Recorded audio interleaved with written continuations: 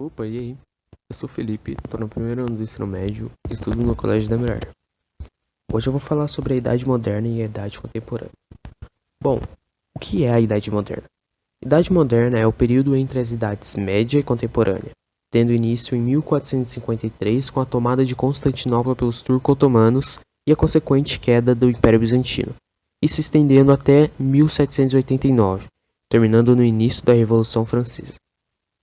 A Idade Moderna retomou a perspectiva de vida na Antiguidade Greco-Romana, sendo considerada como uma oposição à Idade Média. Idade esta que era dominada pelo cristianismo católico e é erroneamente considerada como uma Idade das Trevas. O erro está em não considerar as produções culturais e avanços técnicos ocorridos durante a Idade Média.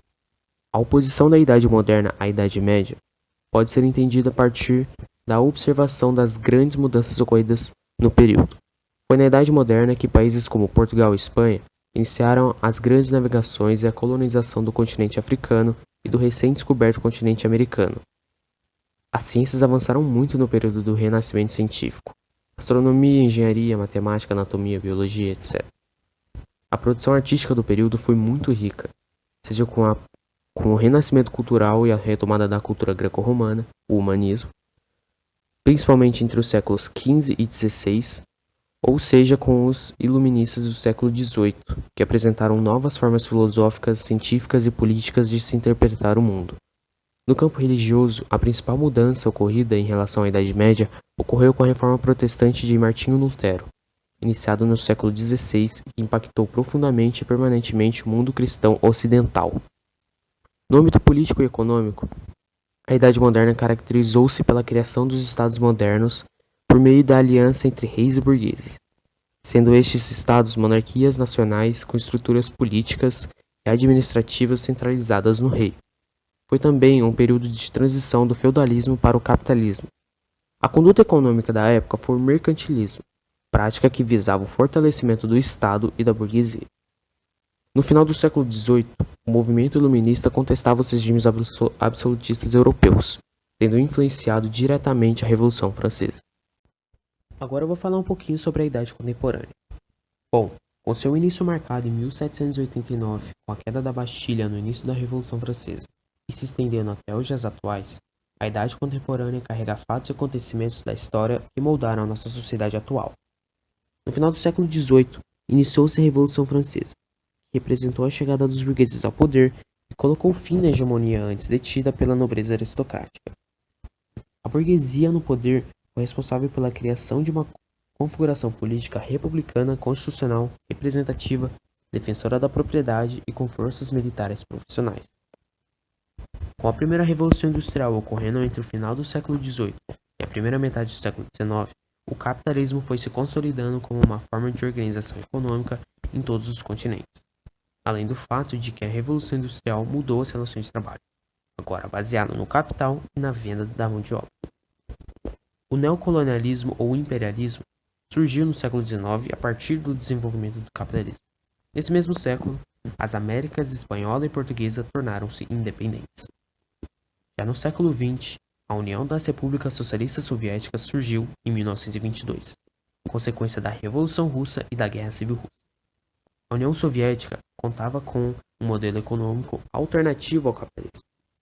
Entre os anos de 1914 e 1918, a Primeira Guerra Mundial eclodiu, devastando a Europa, e no ano de 1929, a Bolsa de Valores de Nova York quebrou, causando uma crise econômica mundial. Somados, esses fatos criaram condições para a ascensão de regimes fascistas que iniciaram a Segunda Guerra Mundial. Depois da Segunda Guerra, a ONU foi criada para evitar a reincidência de conflitos de escalas mundiais através da diplomacia. O mundo se encontrava em uma guerra fria entre duas superpotências. De um lado, Estados Unidos, representando o capitalismo, e de outro, a União Soviética, representando o comunismo.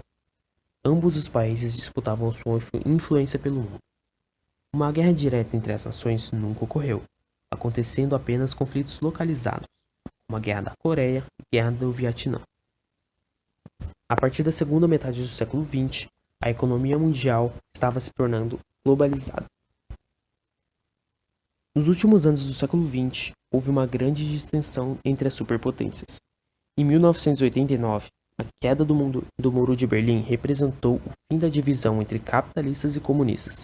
E ainda durante a década de 1980, a União Soviética passava por um processo de desintegração política e econômica, fragmentando-se em diversos países independentes no ano de 1991. Com o fim da União Soviética, somente os Estados Unidos permaneceu como superpotência. Marcando o início do século XXI, os atentados terroristas do 11 de setembro mudaram a maneira do mundo de lidar com ameaças terroristas. No ano de 2005, o Protocolo de Kyoto entrou em vigor, com o objetivo de reduzir a emissão de gases poluentes na atmosfera. Em 2008, uma crise imobiliária nos Estados Unidos tomou proporções mundiais e atingiu diversos países do mundo. A ciência avançou muito durante a Idade Contemporânea.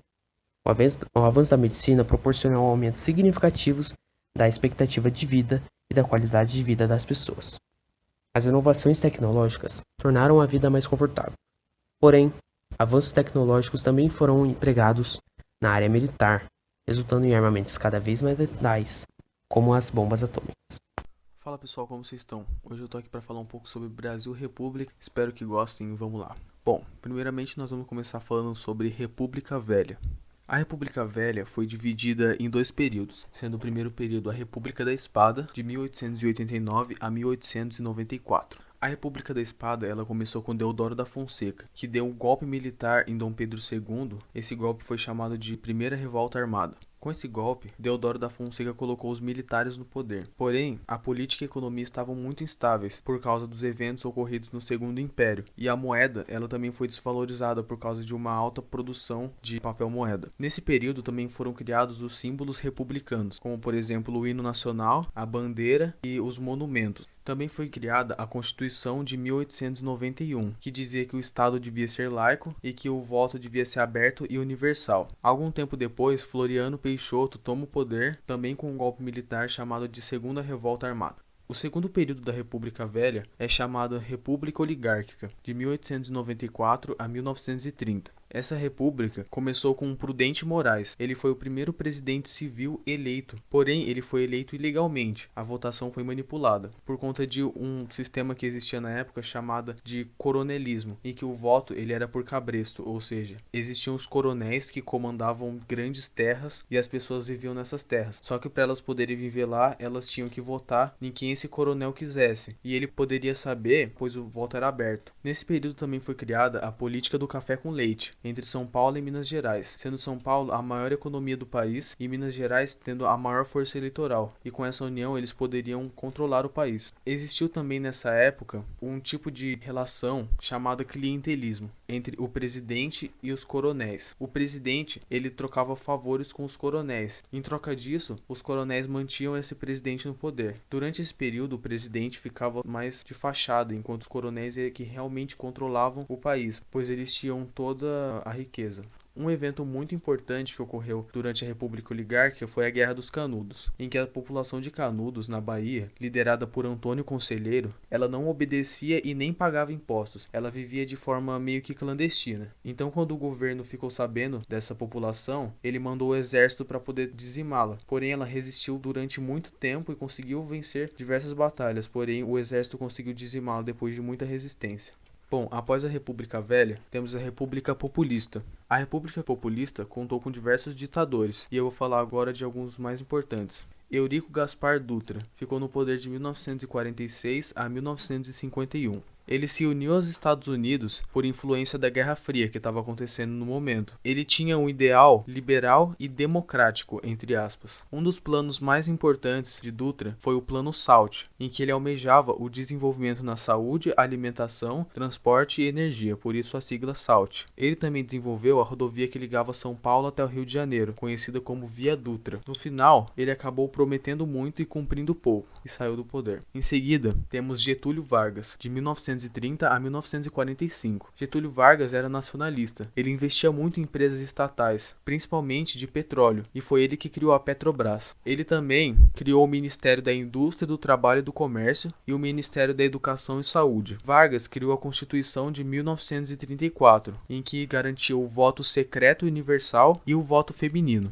Getúlio Vargas se afiliou à AIB, um partido que simpatizava com o fascismo. Em contrapartida, existia a ANL, Partido Comunista, com o seu representante mais forte sendo Júlio Prestes. Getúlio Vargas também consolidou a CLT, as leis trabalhistas, que garantiam aos trabalhadores carteira de trabalho, férias remuneradas, salário mínimo, entre outros benefícios que eles viriam a ter. A economia do país, porém, continuava instável e decadente, e Getúlio Vargas estava sofrendo uma grande pressão. João Goulart. João Goulart ficou no poder de 1961 a 1964. Durante o período de João Goulart, o governo foi parlamentarista, retornando ao presidencialismo por voto popular, ou seja, agora ele deixou de ser um ditador e passou a ser um presidente. Um dos planos mais importantes de João Goulart foi o Plano Trienal, em que ele diminuiu a importação de produtos, pois a economia estava muito fraca. Então ele acreditava que assim seria uma forma de acender a economia novamente. Ele também criou as reformas de base, sendo a mais importante delas a reforma agrária, que tinha o intuito de acabar com os latifúndios, pois segundo ele, as grandes propriedades de terra, muitas vezes inutilizadas, atrasavam o desenvolvimento econômico do país. Os setores conservadores ficaram muito felizes com a decisão dele e acabaram colocando muita pressão em cima de João Goulart, então ele acabou renunciando. Jânio Quadros. Jânio Quadros ficou no poder de janeiro a agosto de 1961. Em sua propaganda eleitoral, ele prometia acabar com a corrupção, defender a moral, os bons costumes e a família brasileira. E por o Brasil estar passando por um momento de muita corrupção, ditadores e falta de democracia, ele acabou ganhando a eleição. Jânio Quadros rompeu com os Estados Unidos e por isso ele acabou sendo taxado como simpatizante do comunismo. Ele não tinha capacidade para governar e gerou muita insatisfação no Congresso, então acabou abdicando do cargo e desapareceu. Juscelino Kubitschek, de 1956 a 1961. Juscelino Kubitschek, ele tinha muito apoio dos setores privados, e ele fez diversos empréstimos com o FMI, o Fundo Monetário Internacional. Isso acabou gerando mais dívidas para o país. Juscelino Kubitschek desenvolveu o plano de metas, com seu bordão 50 anos em 5, com o objetivo de avançar o país, o que levaria 50 anos, em apenas 5. Porém, seu plano foi um fracasso total. Ele investiu em diversas indústrias de bens e consumo, e ele também construiu Brasília, estrategicamente no centro do país. Durante o período de Juscelino Kubitschek, também houve um grande êxodo rural, apoiado pelo próprio. Bom, por hoje é isso. Espero que vocês tenham aprendido bastante, espero que tenham gostado do vídeo. Deixem o seu joinha e é isso. Vejo vocês numa próxima.